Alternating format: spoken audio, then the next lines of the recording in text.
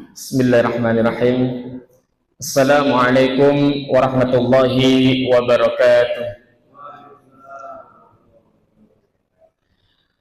Innal hamdalillah nahmaduhu wa nasta'inuhu wa nastaghfiruh wa na'udzu billahi min shururi anfusina wa sayyiati a'malina.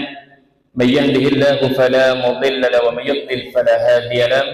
Asyhadu an la ilaha illallah wahdahu la syarika lahu wa asyhadu anna Muhammadan abduhu wa rasuluhu la nabiyya wa la rasula ba'dah. Usi nafsi wa iyyakum bitaqwallahi faqad fazal mu'minuna al-muttaqun fala tamutunna illa wa antum muslimun. Faqala ta'ala mudzakiran bidzalik ya ayyuhalladzina amanu taqullaha haqqa tuqatih wa la tamutunna illa wa antum muslimun. وقال يا أيها الناس اتقوا ربكم الذي خلقكم من نفس واحدة وخلق منها زوجها وبث منهما رجالا كثيرا ونساء واتقوا الله الذي تساءلون به والأرحام إن الله كان عليكم رقيبا. وقال نبينا محمد صلى الله عليه وسلم اتق الله حيثما كنت وأتبع سيئة الحسنة تمحها وخالق الناس بخلق حسن. أما بعد. Bapak Ibu jamaah pengajian yang mudah-mudahan senantiasa dirahmati Allah Subhanahu wa taala. Alhamdulillah, bersyukur kepada Allah Subhanahu wa taala atas segala limpahan nikmat yang masih Allah Subhanahu wa taala berikan kepada kita hingga malam hari ini, di antaranya nikmat sehat jasmani kita, demikian juga nikmat sehat rohani ataupun keimanan kita. Karena sejatinya ketika seorang hamba diberikan Allah Subhanahu wa taala dengan dua nikmat tersebut, pada hakikatnya dia telah mendapatkan puncak kenikmatan dari Allah Subhanahu wa taala. Sebagaimana sering kami sampaikan, satu nukilan dari seorang ulama di dalam muqaddimah kitabnya, beliau mengatakan fa inna sayyidani amid dunya as-sihah wa sayyidani amil akhirati al-iman faman istama'a fihi sayyidani amid dunya wal akhirah faqad istama'al khairu kullah. Bahwasanya puncak kenikmatan yang diberikan Allah Subhanahu wa taala kepada seorang hamba untuk urusan dunianya adalah kesehatan, dan puncak kenikmatan yang diberikan Allah Subhanahu wa taala kepada seorang hamba untuk urusan akhiratnya adalah keimanan. Faman istama'a fihi sayyidani amid dunya wal akhirah faqad istama'al khairu kullah. Jika terkumpul pada diri seseorang dua kenikmatan tersebut, diberikan Allah Subhanahu wa taala sehat secara fisik, yang dengan sehat tersebut memudahkan dirinya melakukan aktivitas-aktivitas, bisa datang ke masjid, melaksanakan sholat berjamaah, bisa ikut pengajian, bisa silaturahim, bisa jalan-jalan, bisa bekerja, bahkan mampu merasakan lezatnya sebuah makanan ataupun masakan. Demikian juga dia masih diberikan Allah Subhanahu wa taala keimanan yang baik pula. Pada hakikatnya dia telah mendapatkan puncak kenikmatan dari Allah Subhanahu wa taala. Mudah-mudahan dua nikmat ini senantiasa Allah titipkan kepada kita dan mampu kita rawat dengan baik sampai nanti kita kembali kepada Allah, dan mudah-mudahan kelak di saat nanti tiba waktunya kita kembali kepada Allah, kita pun diberikan Allah anugerah diwafatkan dalam keadaan husnul khatimah. Amin Allahumma amin. Kemudian salam tidak lupa kita haturkan kepada junjungan kita, kepada teladan kita, kepada sosok yang sangat kita cintai dan kita muliakan, dan kita bermohon kepada Allah Subhanahu wa taala kelak bisa dijumpakan Nabi kita tercinta Muhammad sallallahu alaihi wasallam, juga tak terlupa kepada keluarga beliau, kepada para sahabat, para tabi'in, tabi'ut tabi'in, dan orang-orang saleh senantiasa istiqomah mengikuti langkah beliau sampai nanti hari kiamat.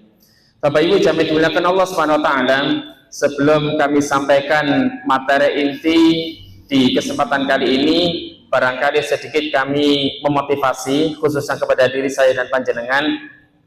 Biasanya mohon maaf nggih, pengajian awal-awal kan kadang-kadang mungkin agak sepi Pak nggih.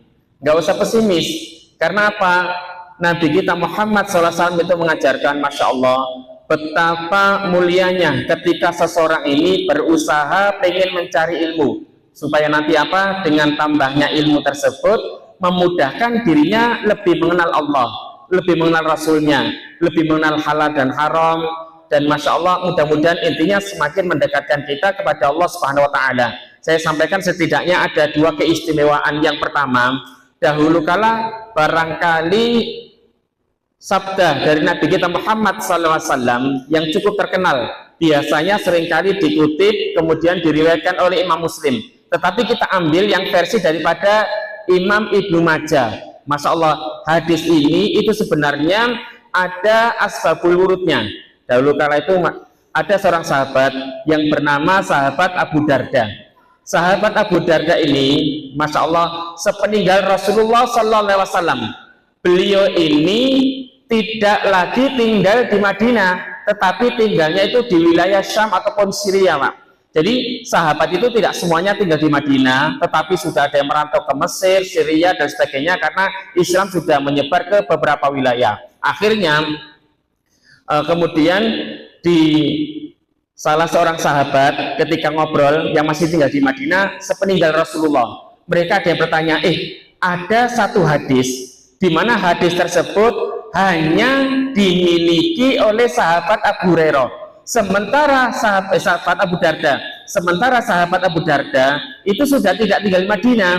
Maka Masya Allah, salah seorang sahabat ini langsung mengazamkan, saya akan mendatangi sahabat Abu Darda supaya saya ini tahu sabda dari Rasulullah itu seperti apa.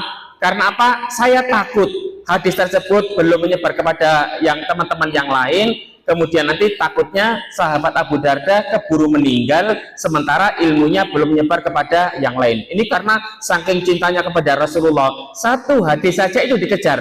Jadi sepeninggal Rasulullah, hadis ini hanya dimiliki oleh sahabat Abu Darda awalnya. Kemudian benar, salah seorang sahabat ini akhirnya berazam mengadakan perjalanan. Panjenengan bisa bayangkan, Pak, dari Madinah menuju Syria, Sam, itu kurang lebih perjalanannya kalau naik bis, saya tanyakan teman di sana, itu kurang lebih sekitar 2 hari 1 malam. Ini naik bis. Padahal saat itu ditempuh dengan jalan kaki. Akhirnya Masya Allah, benar-benar kalau tidak karena faktor kekuatan, pengen tahu ilmu, cinta kepada Rasulullah, nggak mungkin akan ditempuh. Jalan kaki, ya dibayangkan. Kira-kira kalau panjenengan naik bis, 2 hari 1 malam itu sampai mana, Pak? Dari Solo. Ini Masya Allah sudah sampai luar Jawa, ya. Ini ditempuh dengan jalan kaki, menghabiskan waktu, menghabiskan tenaga, menghasilkan harta, dan sebagainya. Tetapi Masya Allah, begitu ditempuh dengan perjalanan yang jauh, kemudian sampai di tempat sahabat Abu Darda di wilayah Syria. Ketika bertemu, kemudian sesama sahabat biasa kalau bertemu kemudian saling menyapa. Kemudian ditanyakan, panjenengan datang jauh-jauh dari Madinah ke sini, itu ada perlu apa? Maka dijawab singkat, Pak, uridul hadis, saya hanya ingin mendapatkan satu hadis saja yang hanya pandangan dengar sementara belum menyebar kepada sahabat yang lain.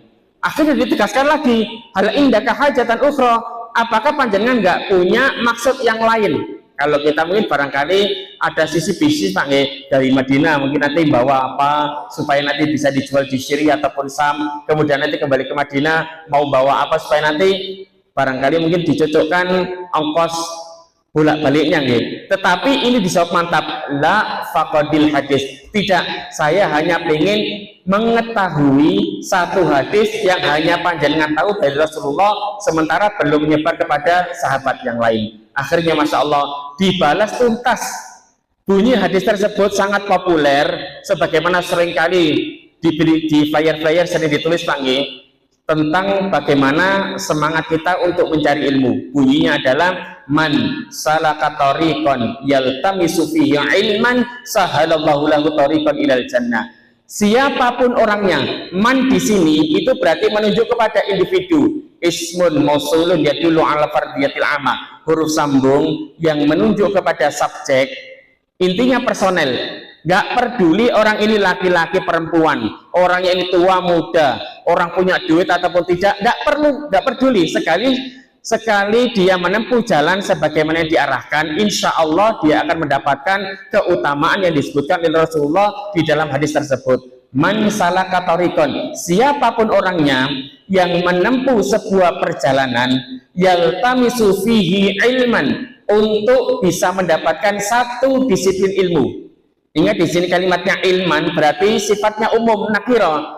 Entah ilmu tersebut yang panjenengan pelajari nanti itu adalah fikih, entah hadis, entah nanti berkaitan tentang muamalah dan sebagainya, yang intinya semakin menjadikan diri kita ini dekat dengan Allah, dekat dengan Rasulnya, tahu batasan halal dan haram dan lain sebagainya, maka balasan yang akan diberikan oleh Allah dari sabda tersebut adalah sahalallahu lahu tariqan ilal jannah, nanti akan dimudahkan langkah kakinya menuju jannah Allah Subhanahu wa ta'ala. Masya Allah, sahabat tadi untuk mendapatkan hadis ini sesuai dengan apa yang dicari, Pak. Jadi jalan dulu, kemudian mendapatkan satu hadis saja, insya Allah nanti di akhirat akan mendapatkan satu balasan terindah, dimudahkan Allah memasuki jannah Allah Subhanahu wa ta'ala. Insya Allah mudah-mudahan saya dan panjenengan, karena kita tadi dari masjid mungkin ada yang naik motor, ada yang jalan kaki, mudah-mudahan langkah kaki kita nanti pun diganti Allah Subhanahu wa ta'ala dengan dimudahkannya kita memasuki jannah Allah Subhanahu wa ta'ala. Ini yang pertama. Sedangkan yang kedua, ada satu motivasi, Masya Allah, luar biasa, Pak. Ini kejadian nyata, terjadi di daerah Bekasi. Kebetulan menimpa kepada seorang ibu-ibu. Ada seorang jamaah putri, ibu-ibu, ini Masya Allah, cinta sekali dengan pengajian ilmu, Pak. Hampir setiap kali ada pengajian ilmu dimanapun, senantiasa beliau ini meluangkan waktu untuk hadir. Misal di Masjid Siwal di sini, nanti kemudian pada Isya barangkali di mana ada. Selagi beliau tidak berbarengan dengan acara yang lain, beliau ini senantiasa menghadiri. Karena saking cintanya dengan yang namanya majelis ilmu. Sampai suatu ketika, beliau ini diuji Allah Subhanahu wa ta'ala. Diuji seperti apa? Beliau ini mohon maaf terkena sakit stroke ringan, Pak. Stroke ringan pertama. Jadi mau tidak mau beliau ini harus berada di atas kursi roda. Apakah kemudian menyurutkan semangat beliau untuk mencari ilmu? Tidak sama sekali. Dan bersyukurnya alhamdulillah beliau ini dianugerahi Allah suami yang soleh dan cinta sekali terhadap istrinya. Jadi seakan-akan mengatakan, ayo ma, panjenengan mau pengajian kemana saja tak antar. Jadi kemana saja diantar oleh suaminya, Pak, meskipun di atas kursi roda. Sampai tiba waktunya, kemudian penyakitnya ini semakin parah, Pak. Akhirnya beliau ini hanya bisa berbaring di atas kasur, nggak bisa beraktivitas normal sebagaimana biasa. Aktivitas normal, makan dan sebagainya itu harus dibantu oleh suami dan anaknya. Sampailah tiba waktunya, menjelang beliau wafat, Allah berikan anugerah yang luar biasa. Anugerah tersebut, beliau ini sudah lumpuh total, tetapi Masya Allah, beliau ini mohon maaf bisa bangkit dari tempat tidurnya, kemudian jalan ke dapur, menemui suaminya dan dua anaknya. Suaminya dan dua anaknya itu masih heran, belum mengatakan kok mama bisa jalan, padahal sudah lumpuh total, Pak. Akhirnya berkata kepada suaminya, suamiku dan dua anakku, ayo kita kumpul di ruang tamu, di ruang tengah. Mama pengen ngomong. Mereka ini belum bisa nanya, belum bisa berkata, saking herannya kok mama ini bisa bangun dari tempat tidur dan kemudian bisa jalan. Akhirnya benar, di pertemuan tersebut yang singkat, istrinya ini berkata kepada suaminya, suamiku, mohon barangkali selama ini kalau mama menjadi suami ada kekurangan, ada kesalahan, mohon mama dimaafkan dan diridhoi semua amalan mama. Akhirnya suaminya ini karena masih bingung dia menjawab, kok ini bisa jalan mama? Enggak, mama ini orang baik, enggak punya salah. Kalaupun ada salah pasti sudah bapak maafkan. Ini yang pertama. Kemudian yang kedua, beliau ngomong kepada anaknya yang tertua, anakku, kok mama haus ya, pengen minum satu gelas susu hangat, tolong kamu ke dapur buatkan mama satu gelas hangat, jangan yang panas, ini bahasanya hangat. Akhirnya benar, ke dapur dibuatkan segelas susu hangat, Pak. Kemudian dihidangkan kepada mamanya, akhirnya diminum sampai habis. Kemudian setelah itu beliau ngomong kepada anaknya yang kedua, anakku, mama kok pengen dengar bacaan Al-Quran dari lisan kamu. Akhirnya benar, dibacakan Al-Quran oleh anaknya yang kedua. Ketika dibacakan Al-Quran, saat itu beliau diwafatkan Allah Subhanahu wa ta'ala. Masya Allah, dalam keadaan istimewa, sakit lumpuh total disembuhkan Allah. Kemudian masih bisa berpamitan kepada suaminya, minta maaf dan mendapatkan ridhonya. Kemudian beliau masih mendapatkan rizki yang paling terakhir, meminum segelas susu hangat dibuatkan sendiri oleh anaknya yang dahulu kala ketika kecil, barangkali beliau yang menyusui, tetapi sebelum beliau meninggal beliau mendapatkan satu gelas susu yang dibikin oleh anaknya sendiri. Kemudian beliau di saat meninggal dalam keadaan mendengar lantunan Al-Quran dari lisan anaknya yang kedua. Insya Allah Pak, kita berhusnudon. Orang seperti ini itu wafatnya dalam keadaan apa? Husnul khotimah. Jadi insya Allah orang yang cinta dengan ilmu akan diberikan Allah Subhanahu wa taala keistimewaan yang keistimewaan tersebut barangkali mungkin tidak kita rasakan saat ini secara langsung, tetapi nanti berkelanjutan sampai nanti mudah-mudahan di saat tiba waktunya kita wafat, kita diberikan Allah anugerah diwafatkan dalam keadaan husnul khotimah. Bapak Ibu jamaah dimuliakan Allah, pada pertemuan malam hari ini, mohon maaf mungkin saya tidak menyambung tema di pertemuan kemarin karena ini masih berkaitan tentang Rabiul Awal. Rabiul Awal itu mungkin sedikit saya sambungkan. Kalau panjenengan pernah dengar kemarin saya khutbah Jumat di sini, karena apa? Kita berhusnudzon kepada Allah Subhanahu wa taala. Barangkali mohon maaf usia kita ini dipanjangkan Allah, kemudian berjumpa kembali dengan bulan Rabiul Awal. Ada momentum yang barangkali mungkin Allah ingin ingatkan kepada kita.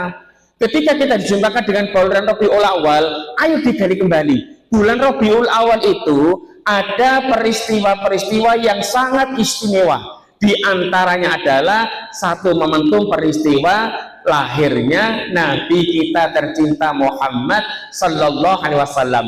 Mungkin kita berhusnuzon kepada Allah, usia kita dipanjangkan Allah, berjumpa kembali dengan bulan Rabiul Awal.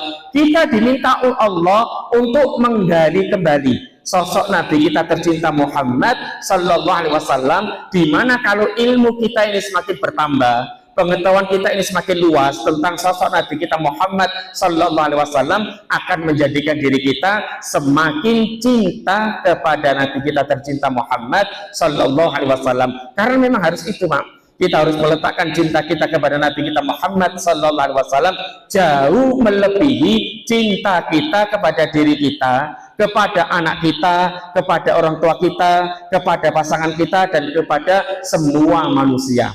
Dahulu kala pernah ada kejadian, barangkali ini menjadi asbabul wurud, munculnya hadis tersebut yang sangat populer. Adalah sahabat Umar bin Khattab.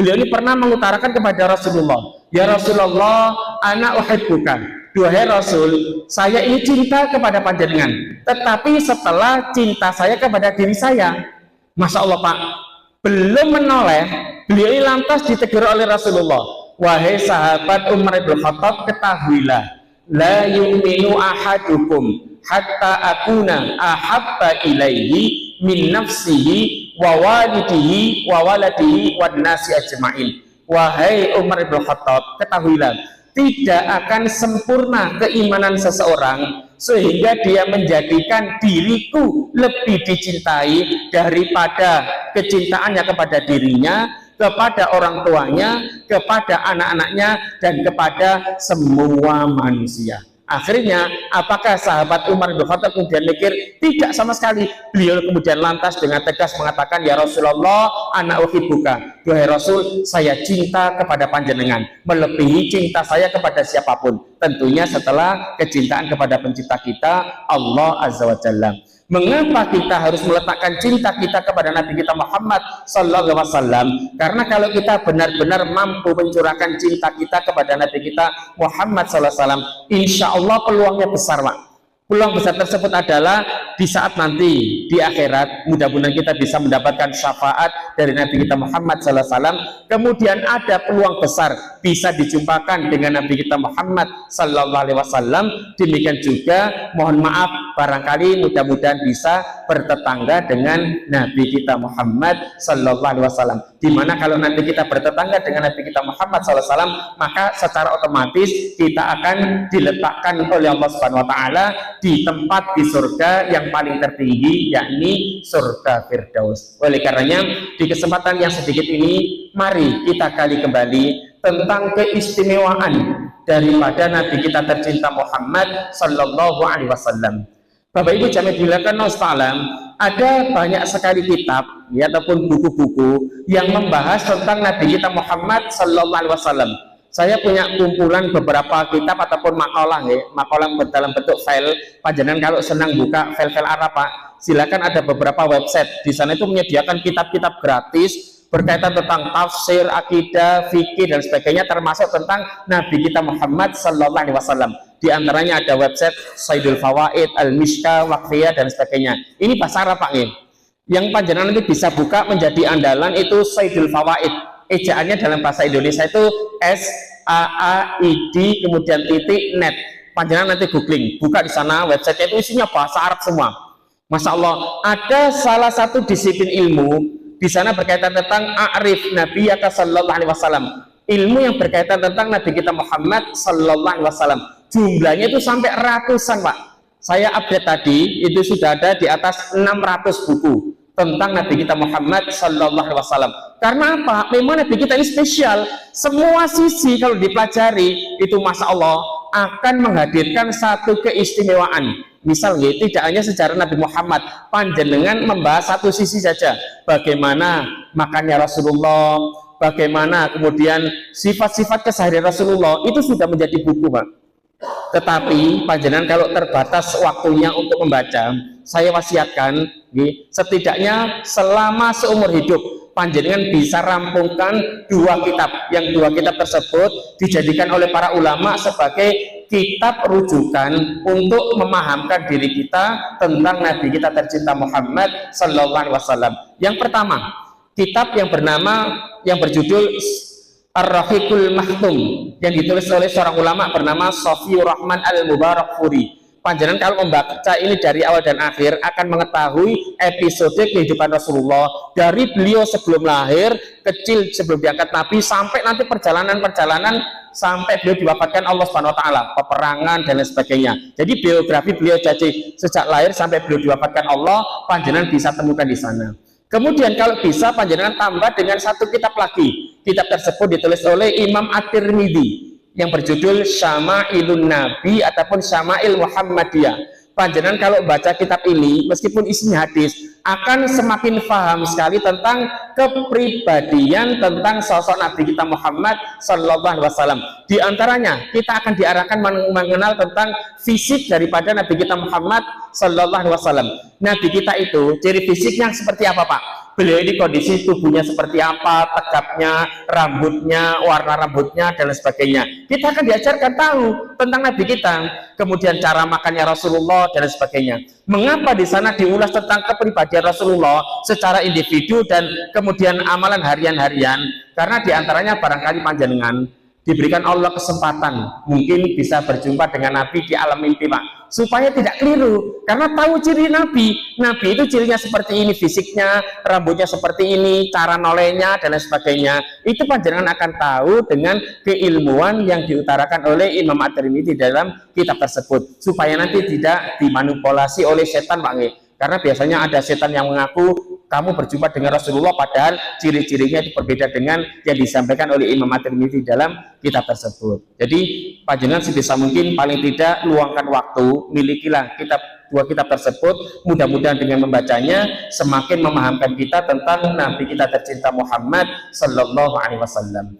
Bapak Ibu jamaah dimuliakan Allah, kita mengawali secara ringkas. Nabi kita Muhammad sallallahu alaihi wasallam adalah nabi dan rasul yang sangat istimewa, yang sangat spesial. Bagaimana tidak istimewa, bagaimana tidak spesial? Jauh hari sebelum kelahirannya Nabi kita Muhammad sallallahu alaihi wasallam, beliau ini sudah didoakan setidaknya oleh 2 orang nabi, 2 orang rasul. Dan doa tersebut diabadikan Allah di dalam Al-Qur'an.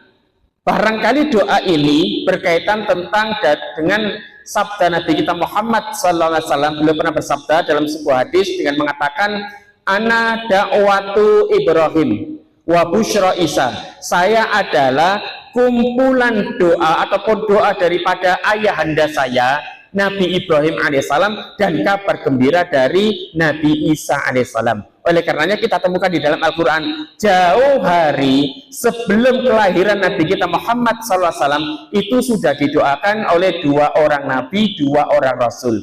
Yang pertama kita temukan dalam Al-Quran, beliau didoakan oleh kakek buyutnya, yakni seorang Nabi dan Rasul yang bernama Nabi Ibrahim alaihissalam. Doa beliau ini diabadikan Allah Subhanahu wa taala di Al-Quran di surah Al-Baqarah di ayat ke-129. Doanya adalah Rabbana wa ba'ats fihim rasulan minhum yatlu 'alaihim ayatika wa yu'allimuhumul kitaba wal hikmah. Ya Allah, mohon nanti utus seorang nabi, seorang rasul yang engkau takdirkan lahir, tumbuh kembang, dewasa, dan diutus dari sekitaran Ka'bah ini, ya Allah, yang akan mengajarkan kitabmu, yang akan mengajarkan hikmah, yang akan mengajarkan kebaikan-kebaikan. Silakan panjenengan telusuri dalam kitab sejarah manapun, Pak. Tidak ada seorang nabi, tidak ada seorang rasul yang Allah takdirkan lahir, tumbuh kembang, dan diutus Allah dari sekitaran Ka'bah, melainkan siapa? Nabi kita tercinta Muhammad sallallahu alaihi wasallam. Doa beliau ini sebenarnya, mohon maaf, ada kaitan erat dengan apa yang dikerjakan oleh Nabi Ibrahim di ayat ke-127-nya. Jadi doanya tadi di ayat 129 berkaitan erat dengan kejadian di ayat 127. Di ayat 127, Nabi Ibrahim ini pernah mendapatkan mandat dari Allah untuk membangun kembali bangunan Ka'bah yang sempat rusak karena terkena banjir bah dahsyat di zaman Nabi Nuh alaihissalam. Jadi mohon maaf panjenengan yang pernah ke umroh ataupun haji, Pak, atau melihat di foto Ka'bah yang panjenengan ketahui dahulu kali itu pernah rusak, Pak. Rusaknya terkena banjir bah dahsyat di zaman Nabi Nuh alaihissalam. Belum pernah terjadi banjir di dunia ini yang dahsyatnya melebihi kejadian banjir di zaman Nabi Nuh alaihissalam. Jika saat ini banjir itu hanya mampu merendam atap rumah ataupun lebih sedikit. Kalau di zaman Nabi Nuh, jangankan atap rumah, bahkan gunung-gunung pun ikut terendam, Pak. Dengan bukti apa? Tatkala beliau mengajak anaknya yang bernama Kan'an supaya ikut naik kapal bersama ayahnya, tetapi anaknya ini enggan. Kemudian mengatakan, tidak Bapak, sa'awi ila jabalin ya'simuni minal ma'. Saya akan lari ke atas gunung. Bisa panjenengan bayangkan, mungkin ada satu gambaran ya. Kalau di Solo di sini mungkin akan lari ke atas gunung Puncak Lawu. Ternyata Masya Allah, mungkin dikira selamat, tetapi saat itu Allah SWT berfirman, qala la asimal yawma min amrillah. Hari ini tidak ada yang selamat kecuali yang dirahmati Allah SWT. Akhirnya gunung-gunung pun ikut terendam, Pak. Jadi dahsyatnya kejadian banjir saat itu mampu merusak bangunan Ka'bah, bangunan atasnya. Jadi bangunan atasnya yang tersisa adalah pondasinya. Sebelum saya lanjutkan, masih ada yang ingat siapa yang bangun Ka'bah pertama kali, Pak? Siapa? Nah, tadi Nabi Ibrahim baru diperintahkan. Rusaknya di zaman Nabi Nuh alaihissalam. Berarti bukan Nabi Nuh, bukan juga Nabi Ibrahim, bukan pula Nabi kita tercinta Muhammad sallallahu alaihi wasallam. Berarti siapa? Alhamdulillah. Biasanya kan menjawab, Ustaz, manusia pertama Nabi Adam alaihissalam. Ternyata bukan.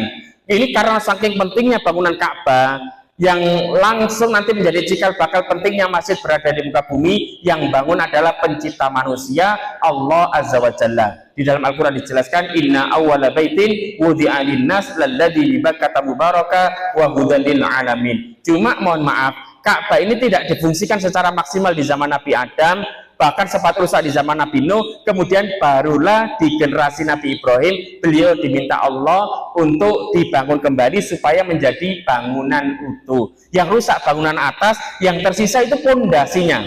Satu pondasi kalau dalam bahasa Arab itu namanya qaidatun. Sementara Ka'bah memiliki 4 sisi, maka dijamakkan menjadi qawaid.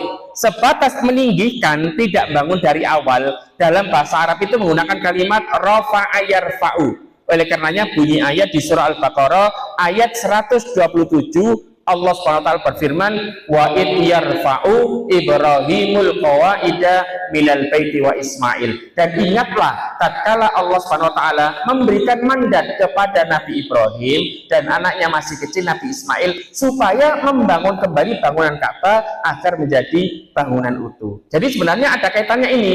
Karena apa? Setelah tuntas, beliau kan berdoa kepada Allah, ya Allah, mohon diterima amal soleh ini, ya Allah, Rabbana taqabbal minna. Kemudian beliau berdoa kebaikan tersebut supaya bisa dirasakan oleh beliau yang bangun, anaknya yang membantu Nabi Ismail, bahkan dirasakan oleh keluarganya saat itu.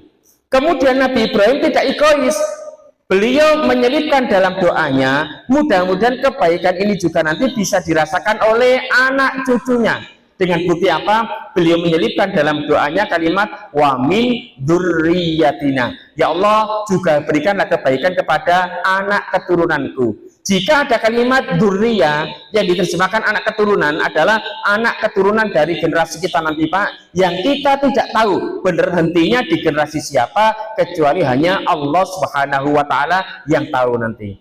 Kemudian di ayatnya 129-nya beliau secara spesifik berdoa, dan isyarat doa tersebut ditujukan untuk Nabi kita tercinta Muhammad sallallahu alaihi wasallam. Rabbana wa ba'ats fihim rasulam minhum yatlu alaihim ayatika wa yu'allimuhumul kitaba wal hikmah. Dan seakan-akan Nabi Ibrahim berharap mudah-mudahan nanti yang diutus ini adalah dari generasiku ya Allah. Karena apa? Beliau seakan-akan mengharap yang diutus untuk memakmurkan Ka'bah ini nanti adalah dari keturunanku. Dan Masya Allah indahnya 30 generasi setelahnya barulah Allah kabulkan doa daripada Nabi Ibrahim. Dengan bukti apa? Lahirnya Nabi kita tercinta Muhammad sallallahu alaihi wasallam. Jadi Nabi Muhammad itu kalau kita runut jalurnya itu dari keturunan Nabi Ibrahim, bahkan dari keturunan dari Nabi Ismail alaihissalam yang dahulu kala ikut membantu pengerjaan bangunan Ka'bah bersama ayahnya. 30 generasi setelahnya Pak. Kalau kita urutkan dari Nabi Muhammad ke Nabi Ibrahim itu melintasi kurang lebih 30 generasi. Muhammad bin Abdullah bin Abdul Muttalib bin Hashim bin Abdul Manaf bin Qusay bin Murrah bin Gilab bin Ka'ab bin Ghalib bin Fihir bin Malik bin Nadar bin Kinana bin Khuzaimah bin Mutrika bin Ilyas alaihissalam bin Nizar bin Mudar bin Ma'ad bin Adnan bin Ati bin Atri bin Muqam bin Nakhar bin Tareh bin Ya'rub bin Yasub bin Nabid bin Ismail alaihissalam bin Ibrahim alaihissalam. Jadi saking spesialnya Nabi kita Muhammad SAW, jauh hari sebelum kelahirannya itu sudah didoakan oleh kakek buyutnya, yakni Nabi Ibrahim alaihissalam. Sedangkan yang kedua, beliau didoakan oleh seorang Nabi, di mana Nabi ini adalah diutus Allah sebelum Nabi Muhammad pas, yakni Nabi Isa alaihissalam. Dan doa tersebut diabadikan Allah dalam Al-Quran di surah As-Saff di ayat yang ke-6. Jadi saat itu beredar nubuah, karena saat itu beredar nubuah yang sangat santer sekali Pak, dipahami semuanya bahwasanya nanti Allah akan mengutus seorang nabi yang paling terakhir. Ciri khasnya itu ada sedikit kemiripan antara Nabi Isa dengan Nabi Muhammad SAW. Sisi persamaannya sama-sama sosok nabi dan rasul yang dekat sekali dengan kaumnya. Mereka saat itu menduga, oh inilah mungkin nabi yang terakhir yang diutus Allah Subhanahu wa taala, Nabi Isa alaihissalam. Tetapi langsung dibantah Pak, oleh Nabi Isa, dan beliau mengatakan diabadikan oleh dalam Al-Qur'an, wa mubasysyira bi rasuli ya'ti min ba'di ismuhu Ahmad. Dibantah oleh beliau, saya kasih kabar gembira kepada kalian dan saya pun bergembira akan kedatangannya. Nabi terakhir nanti yang diutus Allah itu bukan saya, tetapi datangnya setelah saya. Nanti Allah akan utus seseorang yang bernama Ahmad. Ahmad. Sudah ada Pak? Tereng minta waktu 5 menit nggak apa-apa Masyaallah. Cuma mengapa jika ada pertanyaan, Ustadz kok Nabi Isa saat itu ketika mengutarakan nama Nabi kita, beliau tidak mengatakan Muhammad tetapi menggunakan kalimat Ahmad. Jadi inilah indahnya Nabi kita itu namanya disebutkan dengan 2 Pak dalam Al-Quran. Ada Muhammad, ada juga Ahmad. Kalau Muhammad itu terulang di dalam Al-Quran sebanyak 4 kali penyebutan. Sedangkan kalau kalimat Ahmad hanya sekali saja tatkala Nabi Isa memberikan kabar gembira kepada kaumnya. Sisi perbedaannya, kalau kalimat Muhammad itu sebenarnya mewakili semua aspek amalan yang berkaitan tentang hablum minan nas. Jadi kalau pelajaran belajar bahasa Arab, Muhammad itu adalah kalimat superlatif, isim mubalaghah dari akar kata mahmud. Mahmud itu jika ada seseorang dia punya satu amalan unggulan saja dalam bidang hablum minan nas. Misal kita temukan ada orang, Masya Allah, dia ini dermawan sekali Pak, barangkali mungkin diberikan Allah anugerah uangnya banyak, nggak pelit sama sekali. Setiap kali ada orang minta, ada proposal dari masjid datang dan sebagainya, nggak pernah ditolak, senantiasa diberi. Meskipun amalan yang lain dia ini masih kurang, kadang masih suka marah, menggerutu dan sebagainya, tetapi dia unggul satu amalan ini. Maka orang Arab fasih biasanya memberikan pelekatan julukan kepada orang model seperti ini dengan mengatakan huwa mahmud. Dia punya satu amalan unggulan yang berkaitan tentang hablum minan nas, tetapi satu sisi saja. Tetapi kalau semua sisi baik, dia ini dermawan, sesama manusia itu nggak pernah marah, senantiasa meredam, kemudian sama tetangga baik, sama siapapun baik, maka naik levelnya menjadi Muhammad. Sedangkan kalau kalimat Ahmad itu kebalikannya, mewakili semua aspek amalan yang berkaitan tentang hablum minallah. Karena kalimat Ahmad itu adalah kalimat superlatif dari akar kata Hamid isim walaghah. Kalau Hamid, panjenengan ketika menemukan ada seseorang, dia ini punya satu amalan unggulan yang berkaitan tentang hablum minallah. Semisal ada orang Pak cinta sekali dengan amalan yang namanya tahajud, Pak. Setiap hari itu senantiasa tahajud, nggak pernah terlewat. Meskipun amalan yang lain terkadang masih kurang, puasanya masih kurang, baca Al-Qur'annya masih kurang. Maka orang Arab fasih pasti akan memberikan pelekatan julukan kepada orang model seperti ini dengan mengatakan huwa hamid. Dia punya satu amalan unggulan yang berkaitan tentang hablum minallah. Tetapi kalau semua sisi baik, tahajudnya bagus, baca Al-Qur'annya istimewa, kemudian puasa sunnahnya dan sebagainya bagus, maka naik levelnya menjadi Ahmad.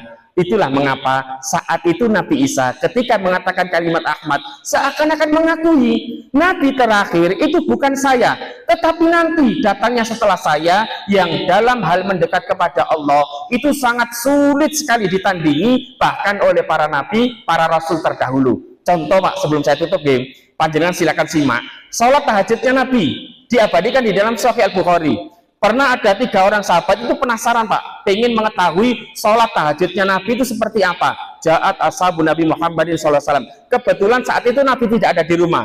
Akhirnya bertanya kepada Ibunda Aisyah, bagaimana toh sholat tahajudnya Nabi? Akhirnya Ibunda Aisyah hanya menjawab dengan jawaban singkat, la tas'al an husnihinna wa tulihinna. Jangan engkau tanya bagaimana bagusnya dan bagaimana panjangnya. Jika penasaran, ikuti saja bermakmum di belakang Rasulullah, saya akan mengizinkan. Akhirnya benar, di lain waktu 3 orang sahabat ini datang kembali Pak. Kemudian diizinkan bermakmum melaksanakan sholat tahajud di belakang Rasulullah. Akhirnya benar, di rakaat pertama setelah beliau membaca Al-Fatihah, kemudian beliau membaca surah Al-Baqarah. Ketika sampai ayat ke-100, sahabat Abdullah bin Mas'ud, karena yang mengikuti itu adalah sahabat Abdullah bin Mas'ud, Hudzaifah bin Yaman, sahabat Ka'ab bin Malik. Sahabat Abdullah bin Mas'ud menduga mungkin Rasulullah nanti akan rukuk. Ternyata tidak rukuk. Ketika sampai ayat 200, mungkin Rasulullah akan rukuk. Ternyata tidak. Sampai habis surah Al-Baqarah 286 ayat. Apakah Rasulullah rukuk di rakaat pertama? Tidak. Dilanjutkan sampai selanjutnya membaca surah Ali Imran sampai ayat yang paling terakhir yang ke-200, ya ayyuhalladzina amanu sabiru wasabiru warabitu wattaqullaha la'allakum tuflihun. Apakah Rasulullah rukuk? Tidak. Dilanjutkan sampai ke surah An-Nisa 176 ayat, barulah beliau rukuk di rakaat pertama menghabiskan 5 juz, 4 halaman lebih seperempat. Masya Allah, maka benar Nabi bisa mengakui dalam hal mendekat kepada Allah, Nabi ini sangat sulit sekali ditandingi oleh nabi-nabi dan rasul terdahulu. Oleh karenanya Bapak Ibu jamaah dimuliakan Allah, inilah diantara ini kita baru mengupas sedikit Pak tentang keistimewaan Nabi kita Muhammad SAW. Maka selayaknya lah kita termasuk bagian daripada umatnya, menjadikan beliau sebagai teladan. Mari kita jadikan beliau teladan dan kita maksimalkan kecintaan kita kepada Nabi kita Muhammad SAW. Insya Allah Pak, mungkin barangkali besok kita kupas sedikit bagaimana aplikasinya kita mengutarakan cinta kepada Nabi, karena cinta itu butuh bukti Pak. Nanti saya kisahkan kisah-kisah nyata berkaitan tentang orang yang cinta dengan Nabi, balasannya seperti apa. Masya Allah, insya Allah lah saya dan panjenengan nanti bisa mencoba merintis bagaimana cara saya ini berusaha mencintai Nabi kita dan cinta Muhammad SAW. Harapannya sebagaimana saya sampaikan di awal tadi, mudah-mudahan nanti di akhirat bisa mendapatkan syafaat, berjumpa dengan Nabi, bahkan bisa bertetangga dengan Nabi kita tercinta Muhammad SAW. Amin Allahumma amin. Bapak Ibu jamaah dimuliakan Allah, karena sudah adzan, barangkali demikian yang bisa kami sampaikan. Sebelum kami tutup, barangkali ada yang ditanyakan Pak. Sudah adzan nggak ada nggih? Sudah ada. Kita akhiri dengan doa kafaratul majlis. Subhanakallahumma bihamdika asyhadu an la ilaha illa anta astaghfiruka wa atubu ilaik. Wa akhiru da'wana alhamdulillahirabbil alamin. Usi nafsi wa iyyakum bitaqwallah. Billahi taufiq wal hidayah. Wassalamu alaikum warahmatullahi wabarakatuh.